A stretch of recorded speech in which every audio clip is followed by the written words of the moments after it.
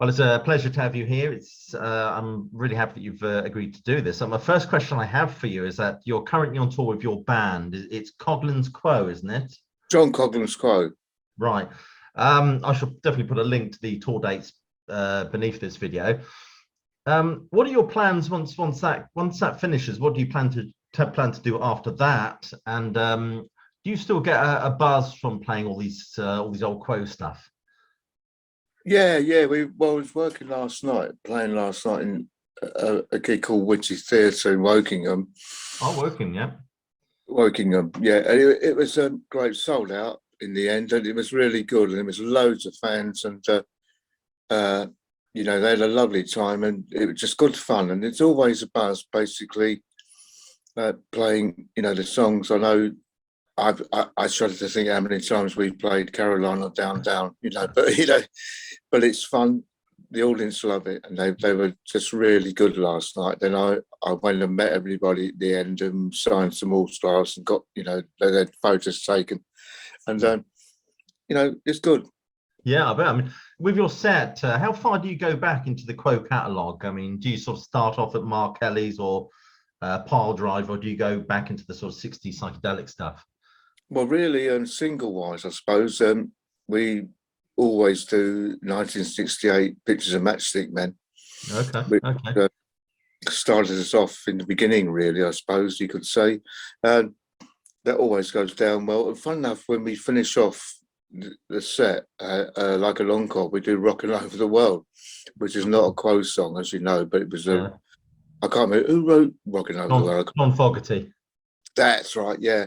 So that always goes down at the end, and pulls us down to finish as well. But anyway, it was a good gig, and what more can I say? People have paid to come and see us, and they just know the band's good, and the guys cut the mustard, as you would say. They really do know how to make those songs sound original, as they of course were. Well, it's funny you say that. I was watching some YouTube video footage of your band, and you sound to me more like vintage Quo than the current incarnation of Quo, really, to me, in my opinion. But what it's worth. I don't want to upset anyone, but that's just how I hear it. I have one question for you. Apparently your father, if my research is right, your father liked jazz and sort of big band music. How did that influence you as a drummer? Well, I think what they used to do, going back really to the early days of me liking music, I suppose, Mum and Dad used to take me to a place called the CPH, Crystal Palace Hotel. Mm-hmm. And there was always dance band music on at the weekends. And they used to take me, I'd sit near the stage and watch the drummer. And I mean, as I was saying, I've had for many times, I was watching the band and thinking, oh yeah, I'm going to take up double bass, that'd be nice. Then I saw the drum, I thought, no, I'm going to play drums because he gets a seat at every gig, so that he sits down. And I thought, I was told that when the particular band, whoever they were, took a break, I got behind the drums. I didn't obviously get up on the stool, but I remember going up and tapping away, and I got told off to get off the kit. And but they used to, Dad especially used to buy lots of records and big dance bands and stuff. So I think that's where I learned. And funny enough, you did ask me earlier about what I'm going to do when we allegedly finish playing the Quo stuff, which are not finished. I mean, we're going to take a big break and just cool down for a while, and we probably will come back with JCQ and go play some more Quo stuff. But when we finish, I'm doing a jazz thing in October. Okay. With a guy called Paul Jeffries, who's a double bass player, and we're going to get a keyboard player, and a guitarist. There was sort of a sax player as well, but we're not sure we're going with the sax yet. But called Jazz Meets Pop, and we're going to do a lot of instrumental stuff, and it's just an experiment really. And we fancy playing. I fancy getting the brushes out for a change and doing something different. So we'll see. Because like a shuffle would probably suit a lot of Quo stuff, I would have thought as well. yeah, it's just an experiment. I mean, I remember talking to Paul about it because what it was, once a month in a place called Warwick Hall in Burford, there's is a little gig, and me and Julie, my wife, used to go along and go to watch different jazz quartets and stuff. And I got talking to Paul, and I said, I'd love to do it one day, you know. For a start, I must say I can't read music. I can't read a note of music, and so you know, so I made that clear. But it was him and Paul actually came up with the idea of jazz meets pop, and do a lot of instrumental stuff. I mean, who are your biggest influences as a drummer? Because I know you're a big fan of Buddy Rich as well. Yeah, I've been very fortunate to. All the drummers I've admired in my past, I've met them all, and that was kind of buzz. I met Ringo, I met Charlie Watts, Bobby Elliott from the Hollies. Bob's a good drummer. I mean, you listen to the Hollies, all the stuff that he plays, it just suits the song so much, you know, just so good. And oh, there's loads of drummers. In fact, I was lucky enough to meet Buddy Rich, Buddy, spend a couple of hours with him, just me and him. And I never forget, there's a journalist there and a photographer. And this girl was the journalist, and she said she's interviewing Buddy, interviewing me. And she said to Mr. Rich, well, Mr. Rich, you're the best drummer in the world. What do you think of this rock and roll bloke? And in those days, my hair was down, you know, down, it was long. And I never forget, it's true. He said to her, he said, well, ma'am, there's no need for that. He's doing his job, I'm doing mine. Yes. It was great. In fact, he was right, you know. And I just don't see myself, you know, as a jazz drummer, rock drummer, I suppose, but you can only try. And I've got some rudiments that I will play, and we'll see what happens at rehearsal, really. Yeah.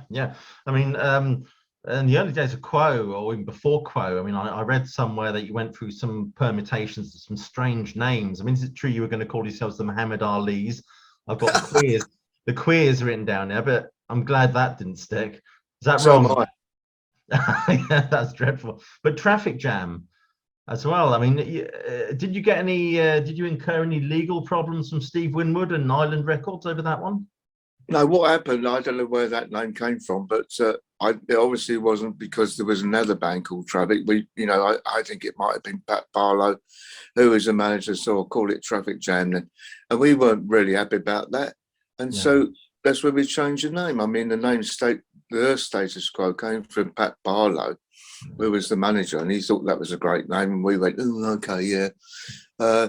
We weren't terribly knocked out with it, but we accepted it and thought we got to go with something. And there were so many names. I mean, you know, some we weren't too happy about. And but of course we had to find something. And what happened eventually, we dropped out of the Status Quo, just called it Status Quo, which was cool, really, I suppose. But that name stuck, and I think it's still quite famous now. Yeah, well, funnily, Ian Anderson of Jethro Tull says they should just change their name whenever they played. They got a good review as Jethro Tull and said, well, we'll stick with that name then. That's kind of how that happened. But you actually recorded, if I'm not mistaken, when you were recording Pictures of Matchstick Men, you were still calling yourselves Traffic Jam. Is that correct? I don't know about that, but you know, you obviously dug deep, but I can't remember, you know, still going out as a Traffic Jam. But you know, obviously someone will come up with the exact date and time, you know, so I remember it was whenever, but I don't really remember that, no. Okay. Interesting, as the Spectres, you performed a version of Van Morrison's Gloria on the Saturday Club, BBC Radio in September 1966. I'm just wondering, does that recording still exist anywhere? And what are your memories of actually doing early work for radio like that? I remember doing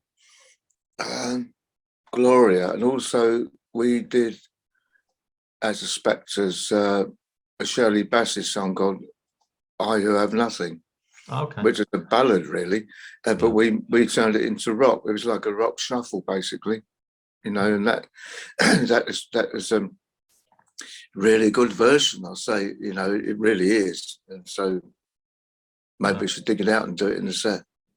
Yeah, I mean, what are your memories of performing for radio in those early days? And was John Peel a fan at all? Oh yeah, he loved Quo. He did. Yeah, John Peel was great.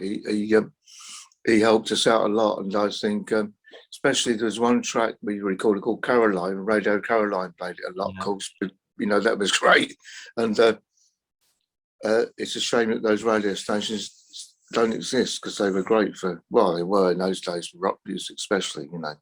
No, absolutely. I mean, you recorded as a Spectres. You recorded a wonderful version of "We Ain't Got Nothing Yet." Yeah, which the Blue Magoos had done as well. But I think your apparently your version was better, but it didn't do very well in the charts. I don't think, did it not get the airplay? I don't. No, I don't think we. Well, I suppose in those days we weren't established, were we? We were just in a little band trying to grab hold of a hit, you know. And but I mean, I remember when we dropped out of the Status Quo, and we just called ourselves Status Quo, and it's people stuck with that, and I think that was it was a good idea at the time.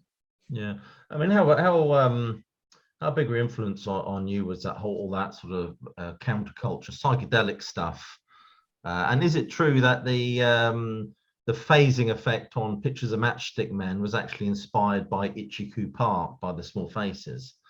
God, I really don't know, but I remember Rick Parfitt saying it was I think he turned something in the studio like a wheel or something, and it made this noise. I can't remember what it's called now, but I remember Rick Parfitt talking about it in one interview sometime and saying it seemed to work, but obviously we didn't have that on stage, so we didn't have that effect on stage. But the song went down very well. Of course, we did Top of the Pops. Yeah, with that. Yeah. I mean, it's funny actually. I mean, Rick Parfitt is for me integral to that Quo identity and sound. But early descriptions of him is he was about as rock and roll as a teapot. I don't know if that, because you found him in Butlins or something, didn't you, at the time, doing these? Yeah. What it was 1965. That was our first time. Allegedly, we won. Dare I call it an audition? No, we passed the. I don't know what you call it now, but we went an audition. That's right. Went to somewhere in London to do this audition, and we played. I can't remember even what we played, but they wanted us to play for, I think it was 6 weeks or something, down in Butlins Minehead in Somerset. And it was a great place, as you know, as it would have been as it is now. It's still there, and it's still pulling people up, having a great time. And they've spent a lot of money on that building, and I think the one in Skegness, the one in Bognor, but there's only 3 left. But that's where we met Rick Parfitt in '65. He was singing with 2 girls called the Highlights. They were 2 identical sisters. Yeah. And when I think it may have been Pat Barlow at the time, excuse me, and suggested we get Rick in the band, and we thought he's terribly cabaret. You know, he's you know, singing in the theatre with 2 girls. You know, a bit like, I suppose, a bit like the Springfields, I suppose. You know, except that they had two guys, didn't they, or something. But Rick was with 2 girls.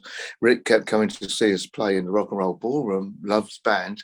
Mm-hmm. And we said, you know, why don't you join? And eventually he did. And but allegedly he wasn't on although he was on Top of the Pops, Pictures of Matchstick Men, he didn't actually play on the record because he wasn't with the band at the time, I don't think. But that's what I was told to remember. But I'm not sure that is true. Okay. Don't go back that far.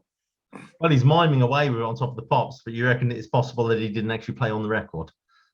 Well, I think was it Francis told me? I can't remember now. It's, you know, it's going back to 1968, but I believe that's true. And maybe they overdubbed some guitars. I can't remember. It was a long time ago. You know, it was Pie Records as well. That's right. And it was Marble Arch in London. We recorded it, and I mean, we just released it and hope for the best, really. And I think the first Top of the Pops, I believe, was.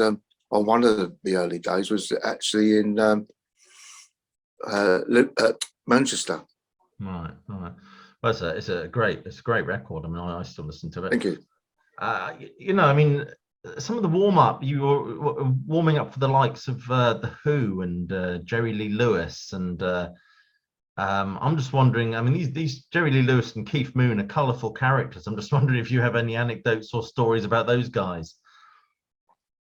I remember Keith Altham, who was our publicist. I was with Keith the other day, actually, in the Old Boys' Lunch in London, and Keith is getting on a bit now, but he had this. He used to look after Quo and the Who, and I'm not sure the Rolling Stones as well, but anyway, PR wise, that was. Yeah. And we're in the studio in I think it was definitely in London. And he brought Keith Moon in and to say hello. And Keith was quiet as a mouse. Was he really? And he was nice. And I thought, Christ, he's going to break my drums in a minute. But he was very polite, very nice and quiet. And he just came in with Keith and had a chat for half an hour, then disappeared. Right.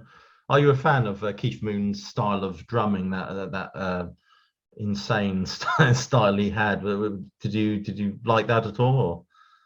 Or? Not really. It wasn't my style really. A bit busy, as they say in drums, but it worked.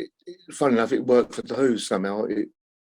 It did work, and I know Kenny Jones is a great friend of mine, Kenny, and he replaced. I think when Keith had gone, they put Kenny in for a while, and I think Kenny obviously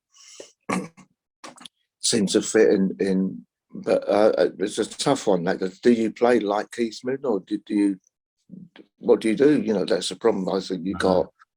It's like the drummer that replaced dear Charlie Watts, He's got a task, but I believe Charlie told, because Charlie was ill, and he told this drummer, I want you to do the gig, if I'm gone, I want you to play. And this drummer got the gig. Unfortunately, I can't remember his name. No, it slips my mind. And he's got a task, but nice gig, Rolling Stones, and some great songs, and I'm sure it will all go down quite well. Yeah. I mean, with Kenny Jones joining the Who, apparently for Roger Daltrey, he felt that it didn't work. His drumming style didn't suit the Who. He said Kenny's a great drummer, but he's not for this music really. So I think there's some friction there as well between them two. But probably, yeah. But Keith Moon is such his own style. I mean, how do you replace that? I don't know. It's but did you support Jerry Lee Lewis? And what was he like? I think we did. I don't think we really mixed with the acts after. I do. I think it was something bars, something but Ealing. No, it wasn't Ealing. It was. I can still picture this place, and I can't remember where it was now. But we did support lots of bands in those days, and we saw some good people. Yeah, I bet you did. Apparently, I read something that Francis and Rick actually invited Kenny Jones to jam with them, and they were actually seriously thinking of starting a new band. So could you say that the formation of the Faces in 1969 with Kenny Jones saved Status Quo? Probably did, because I didn't know anything about it. I heard about it, and I thought, oh well, they obviously want Ken to play, and I think I'm not sure what happened, but they obviously it didn't happen, and so we carried on as we were. Really, I suppose that happens a lot in music. I suppose, yeah. But I suppose the formation of the Faces in '69, they went in their own direction, didn't they? Steve Myatt, in his book, says that Jim Morrison, apparently, on hearing Quo, he listened to Quo for 5 minutes and then suggested they turn it down, give up, and go home. He said this to publicist Keith Altham. Did you know about this story, and were you a fan of the Doors at all? I'm just wondering how you took that sort of criticism from someone like Jim Morrison. Well, I suppose he didn't like the idea of a band being loud. I don't think we thought it was loud. No. But these things happen, and you might be drunk as well. Well, yeah. I mean, we all say things we don't mean sometimes if we've been under the influence or whatever. But we didn't take any notice. We just carried on. It paid off. Thank you. Oh, I mean, I heard a story. I don't know if it's true that Rick and Francis were actually at the side of the stage when the Doors were playing Roadhouse Blues, and they thought that's the sound we try and go for. Is there any truth in that? Yeah, I think you're right. Yeah, we used to. I mean, I remember watching some band. I can't remember. It might have been Chicken Shack, something like that type of band. And this drummer was doing a shuffle with both hands and on the ride cymbal and on the snare drum, sort of with both hands, and it was great. And Francis said, "Can you do that, John?" I said, "Yeah, I'll try that." And it was, because funny enough, I play drums right-handed, like most drummers do. It's only because in my day I never saw a left-handed drummer, and but I am actually left-handed. Mm-hmm. So it's easy for me to do the double shuffle. There's no problem, but like a right left-handed, and actually looking on the screen, it looks like my right hand. It's actually my left hand. Yeah, and so that shuffle was really a co-influence somehow. And looking at the blues drummers playing that, and I did it, and I said, "Yeah, okay," and do the offbeat as well. Accent the offbeat on the shuffle, and it worked a treat. Did you actually support the Doors then, or were you just in the kind of same sort of ballpark with them, or? Well, I'm sure we must have done. Someone will obviously come up in a minute with an idea and say, "No, you didn't."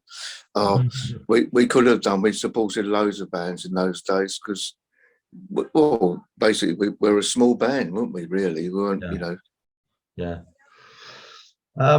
I read somewhere that you were so good that ZZ Top kicked you off their 1972 tour when you were playing Texas or something. You weren't going down too well. Is that true at all? Do you remember that? No, I don't, because I don't remember that at all. But You didn't, where did you find that? ZZ Top. I remember ZZ Top. Yeah. In fact, I do remember playing with them. We actually did it. I think we did probably one gig with them, and maybe they didn't like our style. I don't know. This is in Steve Myatt's book. Oh yeah. Yeah, he says that you kicked off for being too damn good. I don't know if there's any truth to that at all. I'm interested. The Quo Live is such a phenomenal live album. I'm just wondering. I mean, how many of those gigs on that tour were actually recorded? And are there any recordings in the can maybe that haven't actually been released? What, for Quo playing where? Quo Live, yeah, that famous live album. I don't know. I think the live album, as you probably know, was Glasgow Apollo. That's right. Which was a great gig. I mean, my father was from Glasgow, and he remembers that venue because it was called originally Green's Playhouse. Mm-hmm. That's what it was, and it was so well built. I remember because of the Quo pulse and tempo, they had three or four balconies, and with the audience jumping up and down because they wouldn't sit down, they'd stand up, and we could see the balconies moving like that every time we played there. And we thought, my God, God forbid anything happens, because it was well supported, the building, of course, I suppose it was made to be able to take that punishment, but sadly that place is not there anymore. Right. Were any of the other concerts you played on that tour, were any other concerts recorded and perhaps have not been released? I think you're probably right there, mate. I don't know. There may be some recording somewhere that shouldn't have been recorded, maybe, I don't know, but I'm sure that we hadn't gone. I don't really remember us going out to deliberately record something. I think my memory is just with the Glasgow Apollo. Yeah. Is it true also that with that live album, it's a pure live album, there were no overdubs on it, it's exactly what was recorded that night? Yeah. As far as I know, I don't remember us going in and overdubbing anything. I think it was just as it was. That's how we would see it, just no overdubs, no backing singers, and it's not necessary. It was what it was. So it's actually real live testimony of what Quo were. I mean, because there's so many live albums that have been tweaked and played about Yeah. to correct mistakes and things like that. But no, it's interesting to know. In your opinion, how big a step was Pile Driver for the band compared to the Mark Kelly album? What changed to produce such a great record? I mean, you just signed to Vertigo, hadn't you, for the Pile Driver? What do you? How do you think the band stepped up from Mark Kelly to Pile Driver? Yeah, it was just you see, we had management, Pat Barlow, I think. Then I can't remember when Colin Johnson came in, but there's someone out there will remember that. Like I said before, the time and date. There's always someone who has a greater memory than me. But it was just another record company, and I don't know. Francis may have, or maybe Alan could have influenced it. I have no idea. But they were good. Vertigo was great. Looked after us well, and we got on with it, and just it was a good band. Well.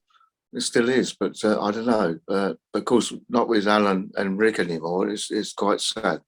Yeah, of course. I mean, but Pile Driver, I mean, just my opinion, of course, but Pile Driver is such a step up from the Mark Kelly album. Do you feel that was a landmark album for you as a band? Oh, yeah, it was a great album. Definitely, without a doubt. A lot of the fans love that. A lot of the tracks probably still make it into the live set, I suspect. Yeah, that's right. Yeah, definitely, without a doubt. Because we were a live band, we were a band. I think I enjoyed really playing live than spending days and weeks and months in the studio recording. That my lift to music was the audience and giving us that lovely feeling of appreciation and just loving the music. And that's how some musicians prefer to not go on the road and just record all the time. But for you, it's that audience interaction that you like. Oh yeah. I mean, your first number one in the UK charts was Down Down. I think 74, 75. How did that feel to have a number one? And also, it was like a public service in a way, because you actually knocked Mud's Lonely This Christmas from the top slot. But what was it like having a number one single? What did that feel like at the time?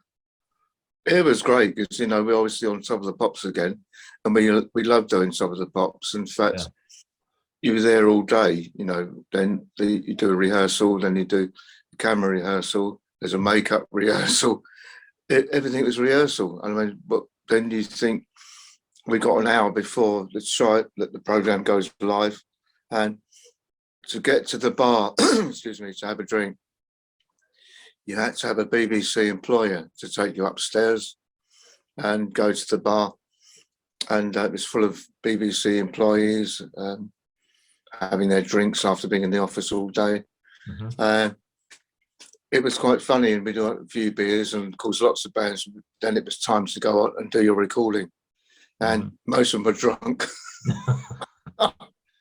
Yeah, it was good fun. That's the way it was, and it was just part of the gig, really. But it was great to do, because if the audience loved your record, they go and buy it, and it pushed you further up the charts. And to get to number one was great, mate. It's a shame we didn't have more number ones, but that Down Down was great. Thanks to the audience support it. Yeah, it was a great record as well. Thank you. In your opinion, do you think bringing Pip Williams in as a producer was a mistake in terms of that key Quo sound? Yeah, there was talk of that, because what I think previous we enjoyed the idea of not having a producer and doing it ourselves. And Francis was good at that, and saying, "Oh, John, could you play this? Could you play it this way?" Play certain breaks and things. And I said, yeah, fine, we get on with that too. I think then Pip came in. I think Pip saw it more, I think you'll agree with me, saw us more poppy that way. And I don't think we wanted to be, at the pop scene again, because we reinvented ourselves. It was Bob Young who originally said, "Why didn't you grow your hair long? Get rid of the frilly shirts and all those jackets and stuff." In fact, the jacket that I had on top of the boat caught fire because I stood next to a fire with it, and it caught fire with me in it. Yeah, unfortunately, yeah. That was at Pat Barlow's house. I managed at the time in Peckham, and it was one of those bars they have in the wall. You know, you switch it on with electric fire and just flames coming up with me in it. I get it off. But yeah, I think you're right. I think a lot of fans didn't like the idea of Pip, although some of the stuff I thought was great. But then, you know, everyone's got their own opinion, and but it did change things quite a bit. Yeah, the sound became the sound became a lot more polished, I think. Do you think that Quo lost a bit of an edge, I think, when you went in that direction? Probably, I think so. Yeah. I think it was like as if we're trying to struggle to get another pop hit, you know, or something like that. I don't know. Everyone's got their own ideas and identities, but I think I remember the idea of us producing ourselves seemed to be a great idea at the time. We invent new ideas and stuff like that, and you know, Francis, Rick, and Alan, Bob Young would write the songs. I'd help to write some stuff, and that's how we saw it for a while. Okay. Yeah, I'm going to show you pictures. This is when I met the late great Buddy Rich, and he said to me, "John, have a play my drums." And I wanted the floor to open and sink me, because you don't. And I don't know which way this will look to you, but there's the photo of me sitting on his drums. That's wow, that's his drums, is it? Yeah. Fabulous. Absolutely fabulous. Yeah, and it was great, and it was an experience I shan't forget, to meet the greatest, you know, as he was, and well, as far as I'm concerned, still is. But was it? Were you surprised to get the call to rejoin, you know, Rick and Francis on that reunion tour? Were you surprised? Yeah, because my wife took the phone message, and I think the message came from management, or I can't remember now, or maybe I don't know, Francis maybe, but yeah, and she said Francis wants to put the band back together, do a tour. And the only thing that was different on that was the fact, because of the time had gone by since me and Al used to play together with them, is that we had these in-ears, you know, the plastic in-ear thing. Yeah.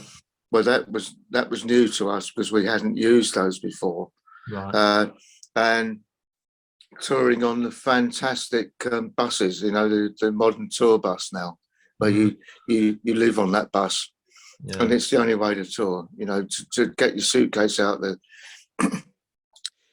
holding place on the coach, then go and check into a hotel, you know, it's all like we just stayed on the buses, and it was great. I remember coming out for most concerts, getting straight onto the bus, getting something to eat out of the fridge, which the caterers had put on the bus for us, and going up the motorway somewhere, or the autobahn, having a drink. Then we'd stop for fuel, say. Then Rick Parfitt would get off their bus, him and Francis, and someone else would be on that bus. And on our bus, it was Alan Lancaster, me, our wives, and Bob Young.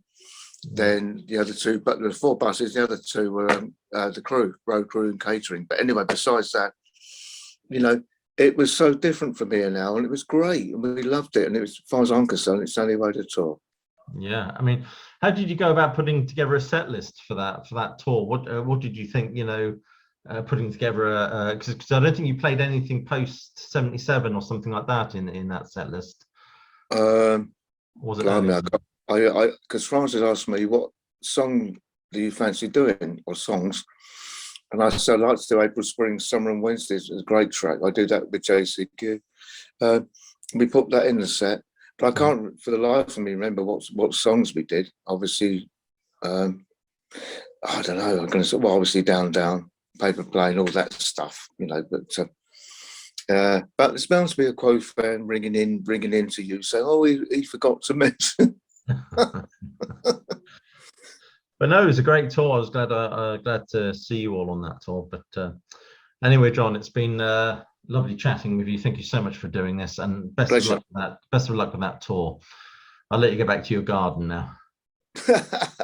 Oh, the sun's still shining. Yeah. It is. It is. Thanks a lot, mate. Bye bye. Cheers. Thank you, man. Cheers.